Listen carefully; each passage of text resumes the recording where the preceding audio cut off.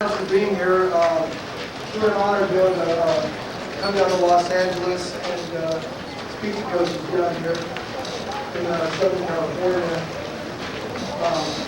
It's like a second home. We've been traveling down there every year, it seems like, the last 6 or 7 years. So, know a lot of great coaches down here, a lot of great people. I'm also a UCLA grad, so I have some Southern California roots. Right off the bat, I'd like to do this first. For me, I find it really, it's a great learning experience to be able to engage with coaches. It takes time. I give out my email address, and then, a lot of people email me that, and we get a lot of dialogue with a lot of coaches. It's kind of fun because I get a lot of coaches throughout the country. And so, anything that I talk about today that you have questions about, or just wondering about, or even, and I'd like this too, like, Coach, you said this, and this is what we do. We think about that, or just something else to think about. I think it's a great way to connect with a lot of different coaches and build some relationships. Because we're all in the same business, and that's to work with kids. I don't know any coach's worth his salt unless he's there for greatness for kids. There's no doubt about it. Now, some things that I talked about, because I'm the athletic director at our school, also. I'll speak kind of from that standpoint also. Well, I'm really blessed with Salle. I've been working with Bob Lattiser for 25 years.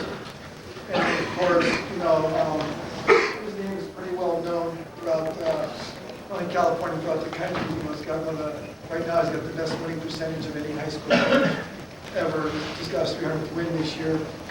And I also work with Coach Frank Rockwell in basketball, who is second right now, active coaches in California, best winning percentage right behind the night come out of the day. So, two guys up there right there, I get to be around almost on a daily basis. And it's just kind of interesting to me how philosophies go, and as you look at things, how similar so many things are in this world. I just listened to Coach Dodge and Salt Lake Carroll. I was like, geez, you're kind of taking half my talk and some of the things he was saying.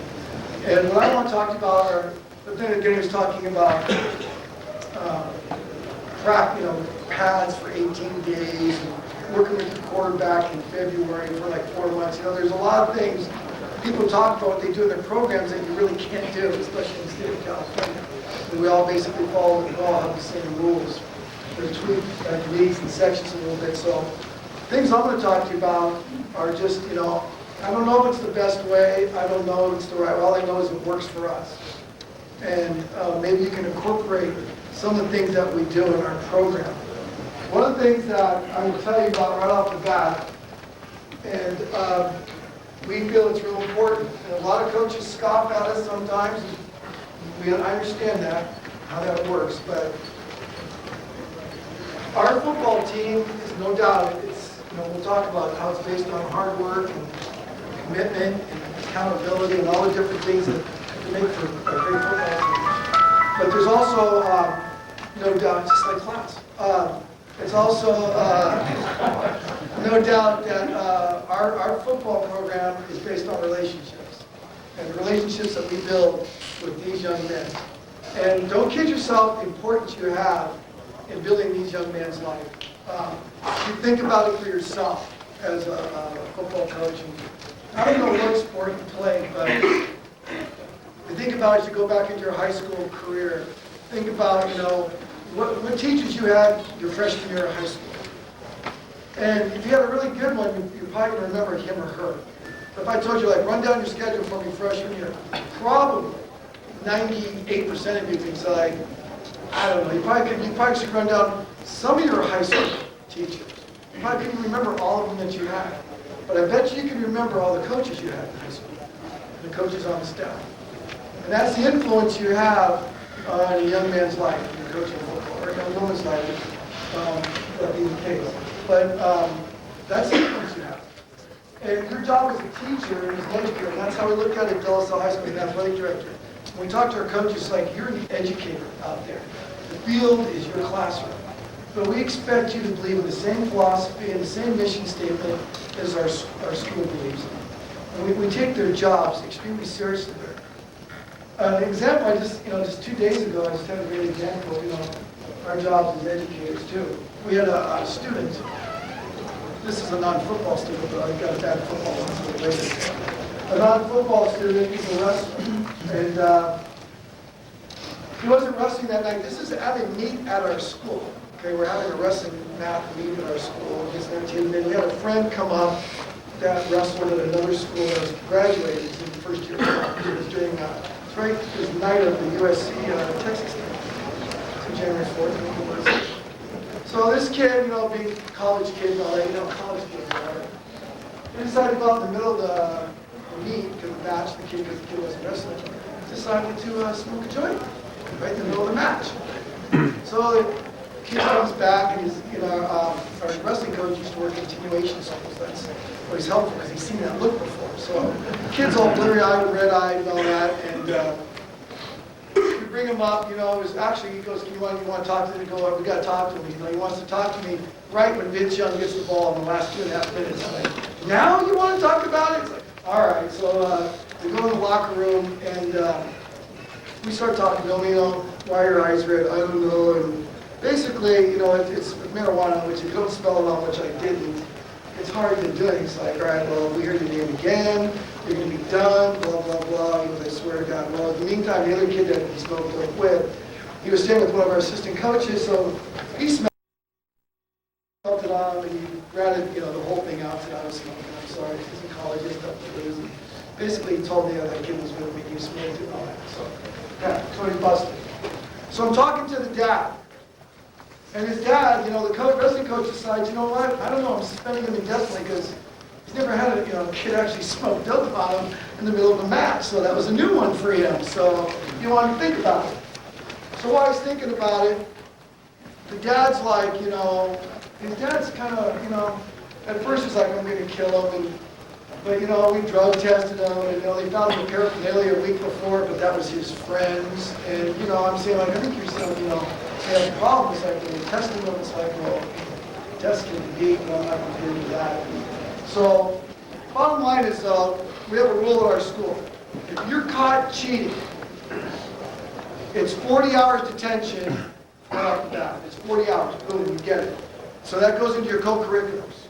So, and you only get to make up more than 2 hours a day, 5 days a week. So if you're any kind of athlete, if you get caught cheating, you're going to be out of money. That's the bottom line. And it has happened the last couple of years. Not that much. So I was talking to this kid's dad, and his dad's all mad because there was a wrestler that got caught in December.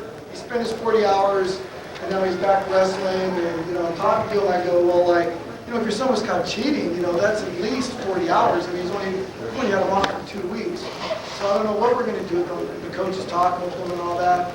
And he goes, well, to me, he goes, I don't know, maybe I'm naive, but, I'd much rather have my son smoking dope than cheating.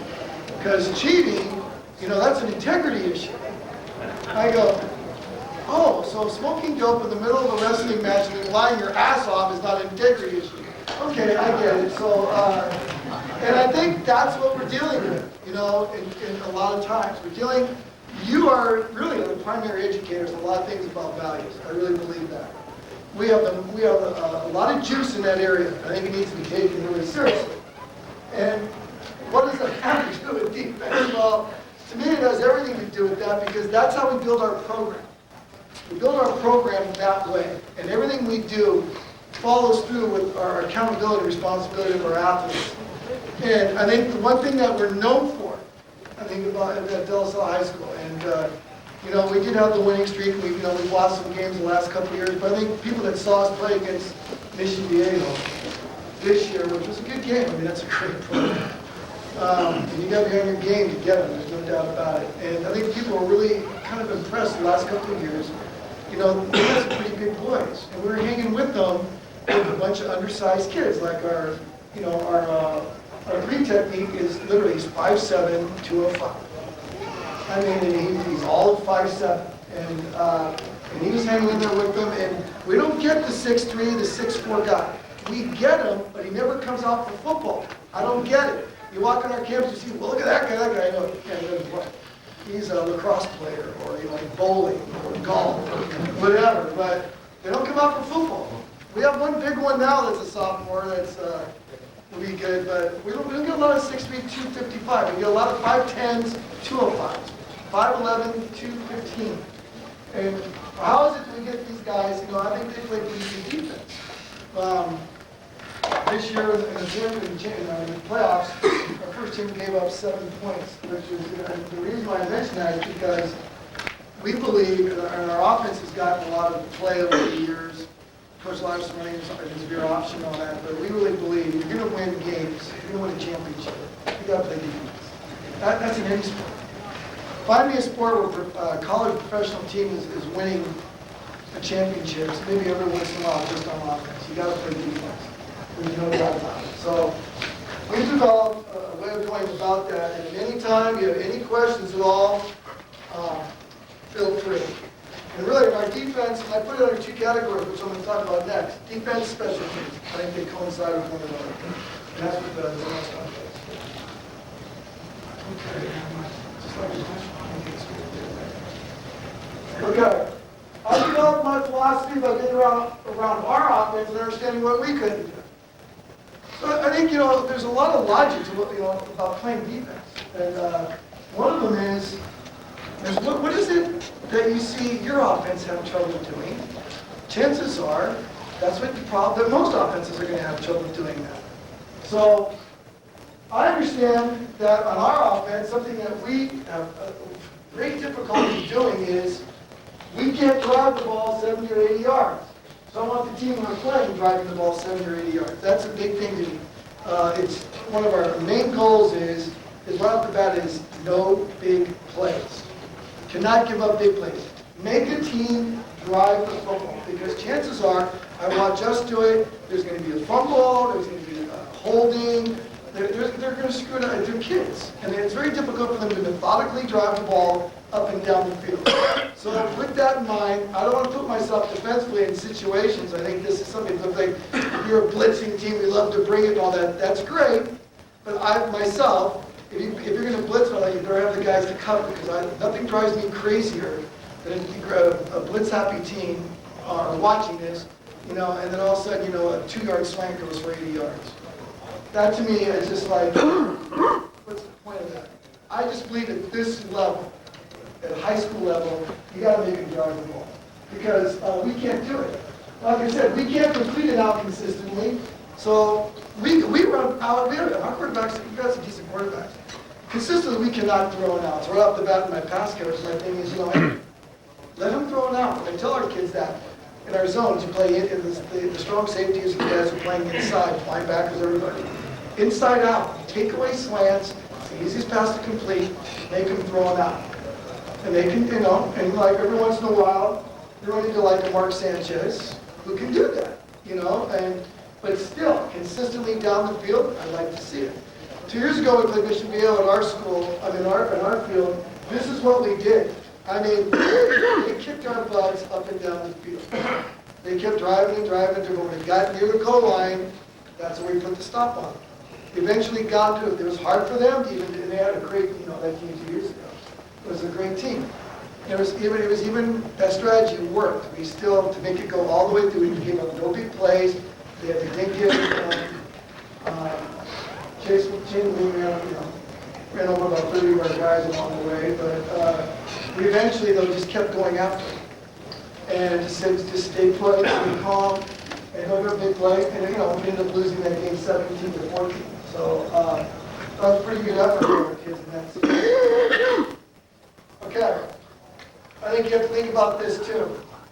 Too many of us want to outsmart the opposition. In the meantime, I think we outsmart ourselves. This game, they keep scores, so the game is about winning the game. And don't ever forget that. It's a lot of more things about that. I understand that. But our number one goal is, as a coach on game night, is try to win the game. I don't think, it's not to try to make us look good. It's not to make it so that coaches will look at us and go, wow, look what that guy's doing over there. Our job is to make our kids as successful as possible. That's the number one.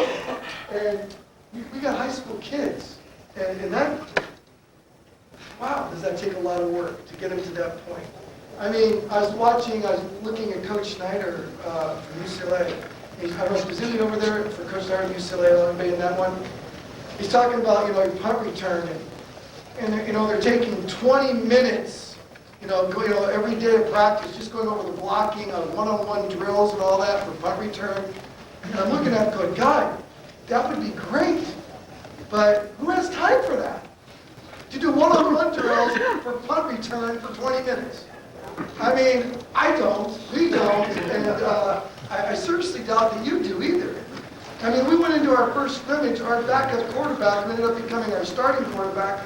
This is no BS. He fumbled 9 out of 11 snaps in the scrimmage. I was like, oh God, please get a snap so we can just see what you can do. He ended up being our starter 2 games later. So if you think, if we're going to start that kid fumbling 9 out of 11 snaps, you think we're going to be doing punt return for 20 minutes? No. I mean, we're going to be doing, on one-on-ones, we're going to be doing a lot of deals just to get that kid back up to speed. I mean, so no one has that time to do that. And I don't know about you also. I don't know what boat you're in. The boat I'm in, though, is I got to use guys on offense and defense. I mean, and we're going to condition for that. We're going to talk about that in a little bit. We got to have two-way players. That's all there is to it. We have, typically speaking, on our football team, we have about 45 to 48 players that end up playing in our program. We have a school of 1,004 boys. So we got a bunch of kids there. But to getting on the other one to committed and all that, and we're so good in so many sports in our school, it definitely spreads out a little bit. But I've got to go offense and defense, so every day, I don't have a chance to go just defense 4 days a week. I don't have time to do that. We got to split time, offense and defense. So with that in mind, we can't be doing 6,000 things out there trying, we're trying to get these kids, just our basics down, which I think is real important. So an example is, I talked about when we played Modern Day in '98. I learned a huge lesson as a defensive coordinator that way. This was that was '98 was we've obviously Matt Leinart and Matt Grew good years. And, they had a pretty good team in '98. It's a team that beat Poly in the finals. And Grew good there all over. It was really wild that night. And when I first saw them, I watched a little bit of Modern Day this year. But back then, they had 10,000 sets. I mean, they did a great job. Quads, and trips, and a single, and 2 backs and 1 back, and they had all these different sets. And I thought, wow, we're going to be smart. We're going to have checks for all these different sets. And we're going to be ready for these guys. Really going to try to do it for us. We're going to be right there, ready to be right there with them. So we get out there and practice, and we start, they line up and they do this, and guys are like running around with their chicken with the head cut off. And we're screwing up everything. We haven't gotten one check right. And I'm going, oh, this is brilliant on my part. I just totally confused them. So I said, time out. Okay, we're going to go back to our deep base, 4-4, 3D, great. And that's what we ran. And it worked. I mean, for at least rushing-wise, I think they ran for like 33 yards that game. And the bottom line is, why did that work? Simply because, like I said, don't make it rocket science. I talk with the two-way players. The bottom line is, the simpler it is, the more confidence your players have. That is critical 15, 16-year-old kids. When you're in college, let's face it, every kid that goes to college, confidence is not a problem. If you're around a Division I kid recruited at your school, then you know that. Because they all think they're God by the time recruiting season's over. And they're all going to the league, and they're all going to do great. And because the coaches have been kissing their butts, trying to get them to go to their school, and now they're just on another level from us. But a high school kid, it's not the case. Besides that, they got 10,000 things swimming in their head. This girl, she looked at me, but she didn't talk to me, and she didn't like me anymore. I mean, we're dealing with so many issues, and that's, family issues, school. I mean, it's a whole new world out there. And how many people are in high school here? How many people are teaching or coaching high school? Everybody good, basically? Okay. Well, then it's, without thinking. It's an amazing group, really. It's amazing that no high school coaches aren't flat-out alcoholics, but it's good that we're not, because they really need us out there. So I tell my kids all the time that I'm on defense. It's like, do I have to start my crack habit again? No, it's okay, so I do that. So the kids, you get a confident kid, you've seen it. I mean, you're coaching high school. The more confident they are, they play out of their tree. There's no doubt about it. You will see kids in high school do things you never thought they could do if you build that confidence. And confidence is built from them feeling like they know what they're doing. We just really believe that. So, 4-4. Our base defense is 4-4, cover 3. And everyone says, oh, it's so simple and it's generic. And it's like, you're right. But we know how to run it because we drill them and technique it, and everyone knows where they're supposed to go. And when everything's gone wrong, whenever I go back, and we try to do different things, of course, but bottom line is we're getting ready to go back to this defense, and it always sends them back. So whenever you run it well, believe in it, and you'll be all right. Now, this is part of, let's talk about the relationship part of it. Our defense is built around discipline and preparation. So, understand something. We're the Spartans. That's what I mean. Okay, so I'm not. So one thing about being a De La Salle Spartan that our kids buy into. This is how we start. How do you build discipline and preparation? How do you build young leaders too, to be responsible and accountable? Okay, here's our first thing. First of all, you are a De La Salle Spartan 24/7. You're on our clock 24/7. As long as you're playing in our program, you're a Spartan 24/7. That means your butt's is ours on the field and off the field. 24/7, 365 days of the year. That's part of what it means being a Spartan in our school. So whatever they're doing, that's why I'm talking about the relationship part of this. We're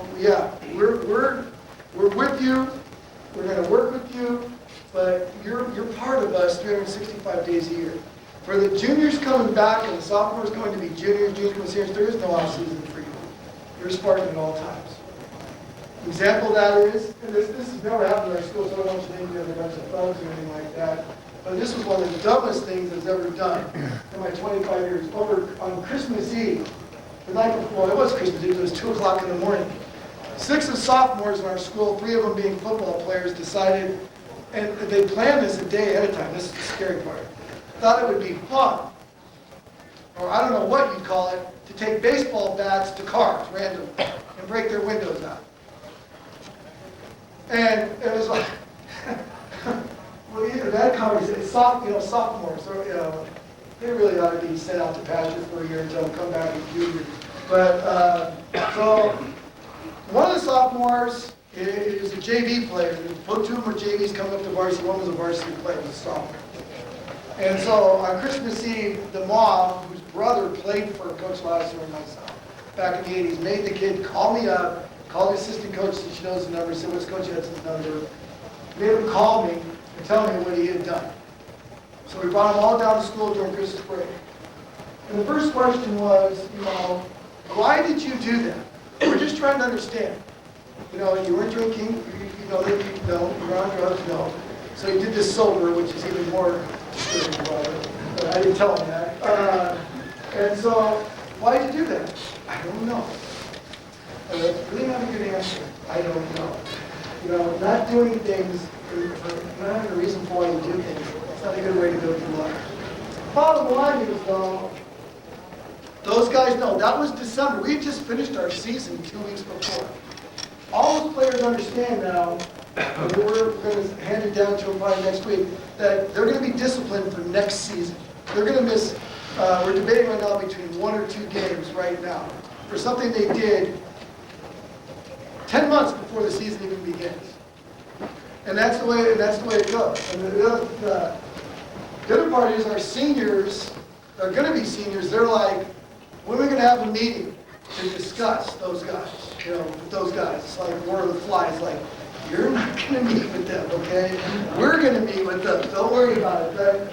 That's the whole mentality we want to build them. Those guys felt that they had embarrassed the program. And they want to talk to them about, which is what you're trying to build, I believe, okay, in your program. Okay. All right, so I think this is important too. You cannot go into the week of the game and, whatever, you're running against an option team or whatever team you're running against, 4 wideouts or spread offense or whatever, and you guys say, okay, look, this week we have to be disciplined. Okay? We've been kind of slack in the last few weeks. This week we have to be disciplined. It's like, for us, that's too late. Okay?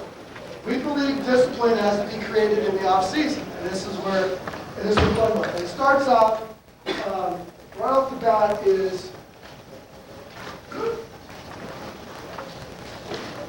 it starts right off the bat with school, getting schoolwork together. Being responsible at school leaves responsibility on the field. It's not a sometimes thing. So that's something we really believe in. It's something our faculty really helps us with. When our kids are not getting it done on the classroom, when they're slacking off on training and assignments and all those things, they email us and let us know. And I think you should build that relationship with your faculty as coaches. You should let them, help them. If you're not an on-campus coach, which in this state has become part of the course. I mean, it's hard to find on-campus coaches.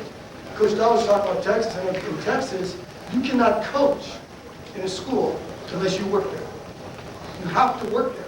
That's I don't know if it's state law, but in education, it's like, you have to work. Well, how many of us have that luxury of having every coach be in your school?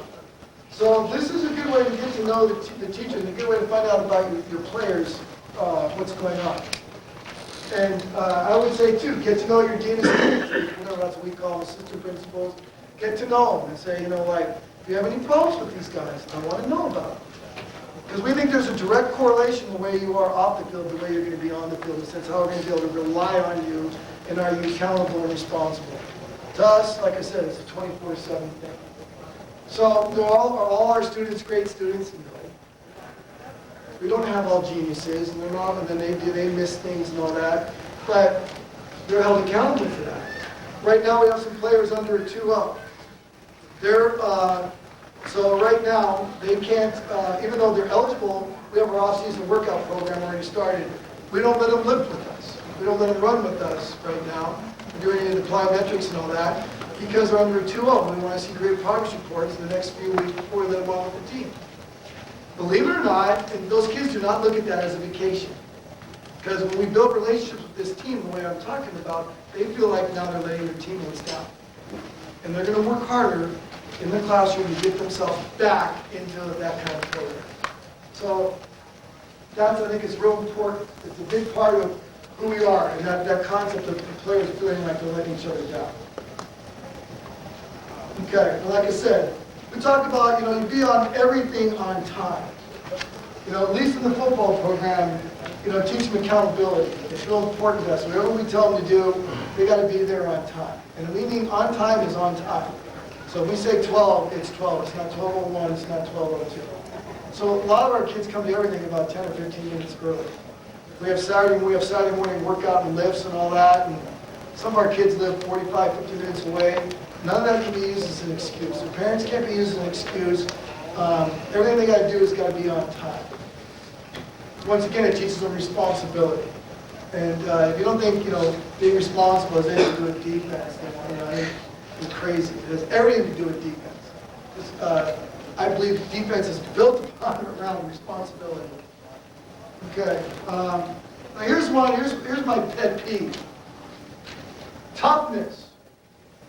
I don't know. Are they different down in Southern California? I don't know. But Northern California, there are no more tough kids.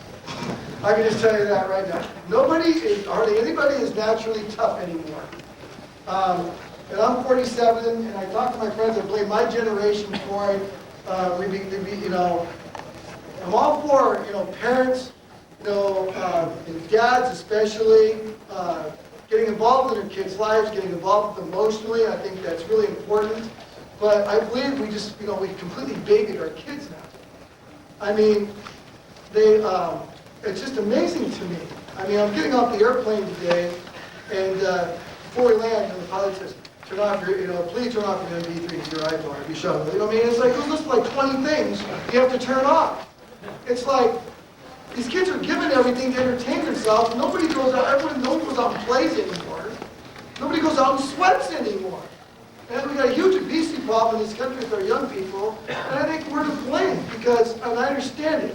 Everyone's worried about everyone's worried about their kids being kidnapped and all that, but no one can even go out across the street anymore. My 10-year-old daughter is going to go across the street to go to her neighbor's house. She goes, Dad, do you watch me walk across the street? It's like, just go on, it's all right. Mom would have a fit if she knew you told me that, and it's like, I tell my wife, I live in Concord, so it's like, how many kids have been kidnapped from Concord in the last 15 years? Ours isn't going to be the first. So, it's like, when I was a kid, we played all day long. I mean, I drove my bike up into a school, and depending what season of sport it was, notice that I rode my bike. I didn't get driven up there, okay? We didn't make play dates, We just showed up. And we creatively had to play the game, learning the game. And in today's kids, you have to explain everything to them. I mean, at least this is what we're dealing with. We have to explain everything to them. I had a kid that we were on punt team. And we're doing this in the special teams practice. His our second-year player. We punted the ball off, and he ran down there, and he turned around and he started blocking for the return guy. It's like, no, you're supposed to tackle him, not block for him. Oh yeah, it's a different world in that sense. These kids, they don't think. Our quarterback, one that fumbled the ball 9 out of 11 times. This was the best line ever, I thought. The guy, doesn't understand anything about football. He used to wear his Metallica shirt, and the kind of kid would dye his hair, put a pink streak in his hair, and just kind of I go look at it. We try to talk about, what, if the kids are going to follow you, they got to believe that, you're a leader. You're goofy, you dress goofy, you're making mistakes, they're not going to follow you. You got to start growing up a little bit. So we started getting to do that. Then it's like, you got to understand the game more. Do you ever watch football? No. Have you never watched football? No. I'm ADD, I can't concentrate. That's right. Everyone's ADD now, I know. Back in the old days, it was called being restless, but now it's called being ADD. So, great. So we finally got to watch our highlight films of our old quarterbacks, and we started doing that anymore. Holy Toledo. But that's one part of it. The other part of it, like I said, kids are not naturally tough anymore. I mean, that's all there is to it. And I think it's real important. This is something that's got to be built into your program. Now, our program, we had I think he's one of the best trainers around in the country. And we had Mike Blasquez, he's now at Cal Berkeley. And he runs their program over there. He does mainly basketball. He runs everything except football there at Cal. Because of the old assistant coach at Cal used to be at Salle High School, so they've been trying to get him there for years and finally made that jump. And then he got offered the job by the Sacramento Kings to be their lead, strength trainer, and turned that down. So the guy is good. And we used to have this argument all the time. We're doing the parachutes, we're doing the sleds, we're doing the ladders, and all the speed work, which I'm all for. That's our options. It's like, okay, what are we going to do to toughen them up? What do you mean? It's like, well, are we going to do some running that is actually, doesn't have to do with their sport specific. We're just going to do something to make them miserable. There's some beauty in that, Can't do that. It's like, no, that doesn't make any sense. It's like, I got my degree in there, like, all right. So after a year, though, he probably started coming around my way. But, I mean, that's part of it. I always tell the kids about that kind of stuff is, I always tell guys, if they're not going to be tough, and that means the way they condition, we do condition them pretty hard. I always tell them, you can just go play offense then. That's what they need guys like. We do not need guys that aren't going to be tough. So that's a big part of it for us, and that means, you're going to be, up in the leaders when we're doing running things, you're lifting and all that. We want to hear about you, about being that way. And the other thing is, about being tough. And let's just face it, it's part of the game. If you played the game, we all understand this. And another thing is, the rise of the trainers. I know we have full-time trainer at our school. I don't know if we have a trainer. And 2 years ago, part of the reason why we went 8-3 is because every time our trainer stepped out on the field, 6 kids were flocking to him. Kids! And it's like, oh, jeez. So we started a new thing, can we just tell them they have to ask us before they go to you? Can we just have them do that? Not that we want to send them to you, it's a liability, but can we just have them ask us? So before they come see you, they just can't run to you. They have to ask us if they can go see you. Wow, did that cut that down tremendously? Because everyone's going, oh, I don't want to listen to the coach. But there's no doubt about it. That's part of this game that kids have to learn too, because I think they grew up saying that pain is not good. Well, pain's all right. You can live through pain. We're talking about, fracturing a wrist or something like that, but the game itself, you're gonna be in some pain. And they have to understand that. And when you have a kid that's constantly making it to the training room on a daily basis, and he's crying about it, he's going there to get rehab. I mean, we've had some kids that are really, they went in there every day, but they need to go in there, but, they weren't complaining about it, they just did it. That's the kind of kid you want. That's a defensive player. If you have a kid that, this, and then my finger kind of hurts, so I don't put him on defense. I'll tell you that right now. We'll never match up for him. All right. Now, summer, I think, is real important. I don't know. In the north, the coast section, in the north, they decided, in my section, they decided up to 3 summers ago, you could not use a football during the summer. You could not coach. You go to passing league because that was a JC class, but you couldn't use a football. So all you could do just do weight training and summer conditioning if you wanted to, as an optional thing. Now in our sections, you can do anything you want this summer. Is that the way it is down here too? Yeah. You can basically do whatever you want. In our section, can you be in pads in the summer? We can be in pads in the summer if we wanted to. If the school allows you to do it, if the school wants to put up a light bill. We don't do that because they're going to hit enough. But all right. I say the summer preparation, this is the time to develop techniques. Forget the X's and O's. Like I said, use this time wisely with the kids. Whenever you condition, use some kind of position-specific exercises. This is time to work on all their footwork, with DBs and stuff. This is a great time to get a lot of drill work in these kids in the summertime, along with conditioning. So we do spend some time, running some teamwork and things like that, not without pads on and all that. But this is a good time to work on a lot of their skills. Whatever it is that you think, that your kids need to work on. Summertime is a great time to do that. You can just do a lot of different drills, and that's one of those things that if you want to say, like, what do you do for the DBs or this, or linebackers or linemen, you'd be happy, like an email type of thing, we have to kind of tell you what we do position specific. But this is, I think, is a great time to do that. I think this is fantastic. Passing league. It's an excellent time to work on your defense no matter what is happening to you, running play situations like with the game. Get your kids used to this. So, you get to play third and long, goal line, whatever it is.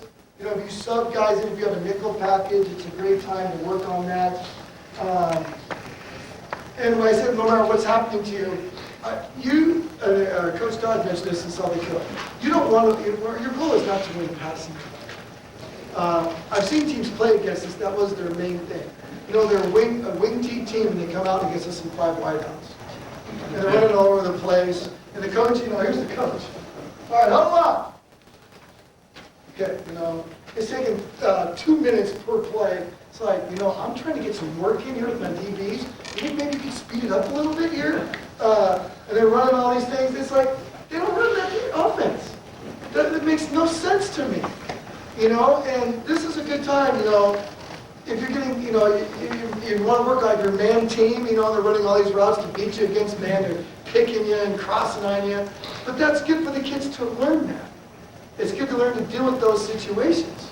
So, whatever you run it. I think that's important. And work on the things that you need to work on, not necessarily to win that particular game. So, we always talk about that. We're more interested in passing league, like I think all of us should be. What we're interested in is effort. That's all we care about. What kind of effort is the key to care about? And a lot of times we go passing after a 3-hour workout. So in our Concord, it gets to be like 95, 98, so it gets into triple digits every once in a while.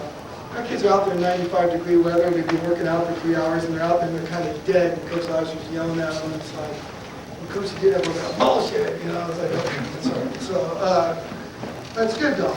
But this is a great time though, like I said, to work on your pass defense. And you can find some linebackers. There's no doubt about it though, we tell our kids all along, what you do in passing league, let us know about your skill level, but especially for line, we get our depth chart in passing league with our offensive line, our receivers and our DBs. We tell them right off the bat, we're not going to do a depth chart for running backs, we're not going to do a depth chart for linebacker, we're not going to do a depth chart for strong safety, because we have to see you hit. You could be a passing league, demon out there as a linebacker, because they're going to pass every play. You want to see if you're going to come up with some contact. So that's important.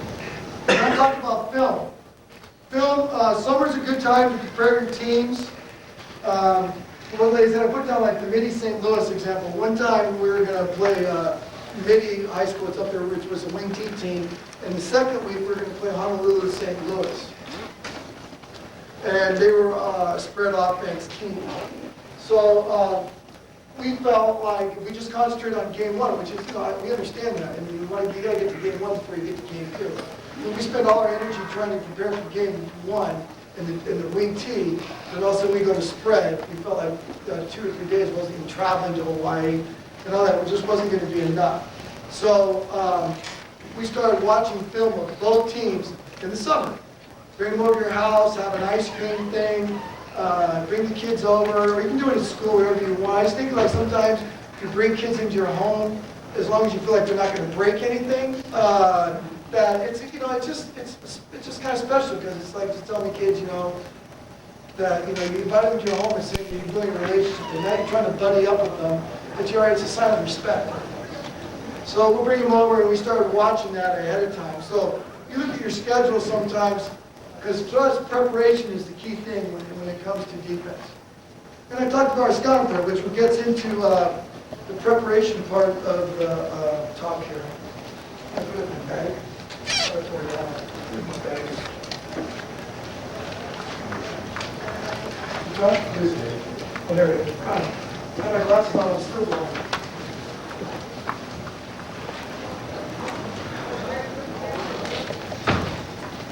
Here's, Coach Lasser likes to know the teams, and he can write and I can't. So here's an example, and this was a double-type, double-wing T.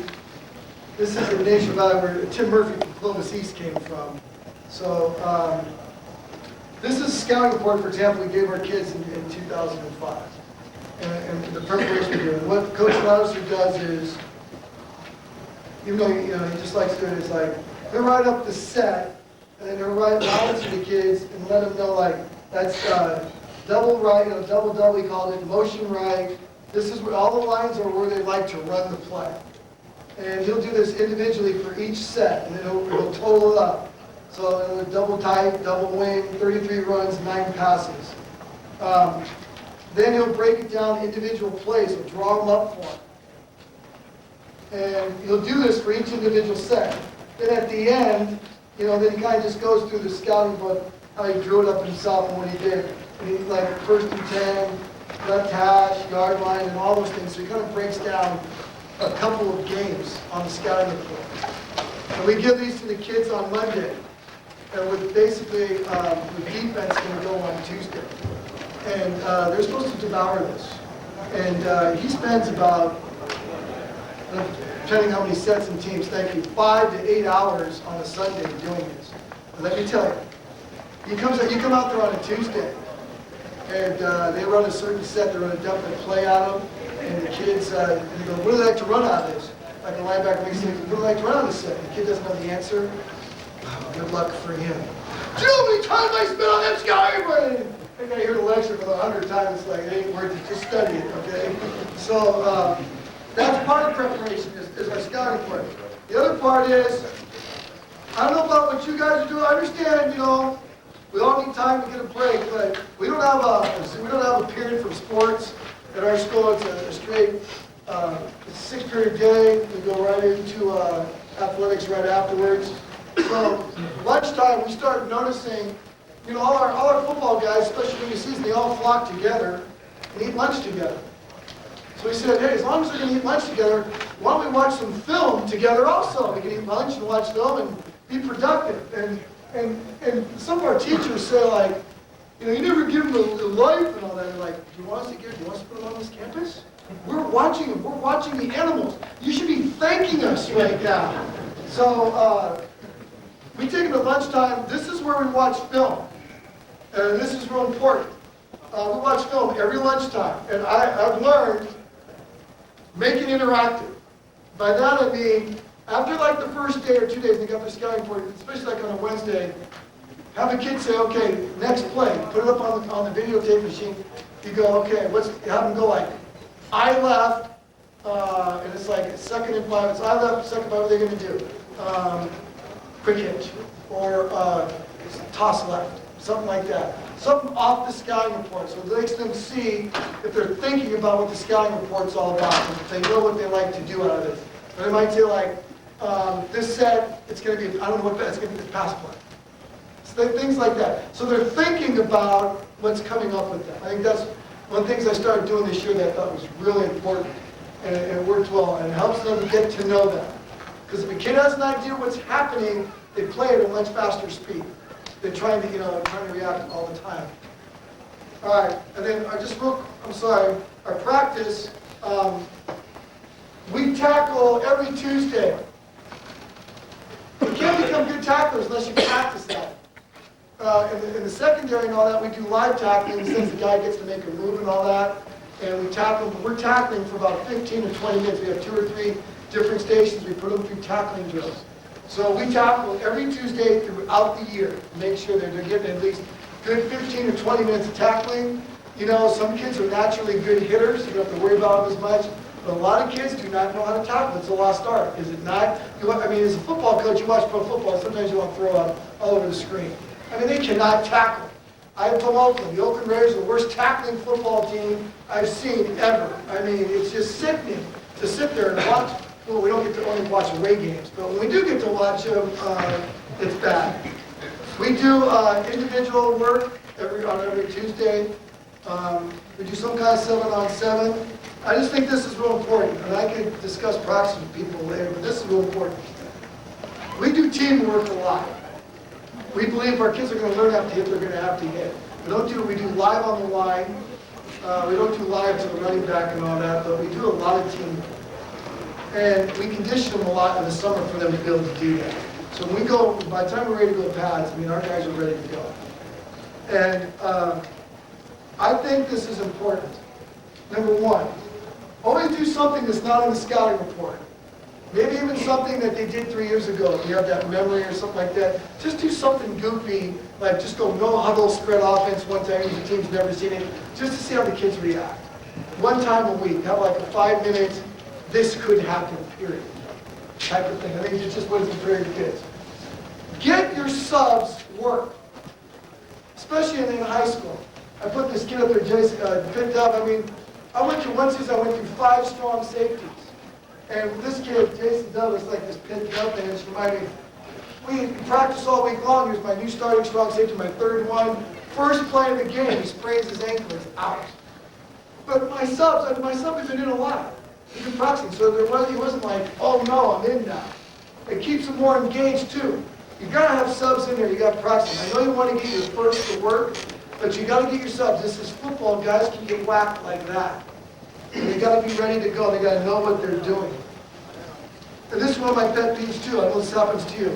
When you're talking say the right corner does something wrong, and you start talking to the right corner, and every other corner on your team's not paying attention, that drives me nuts.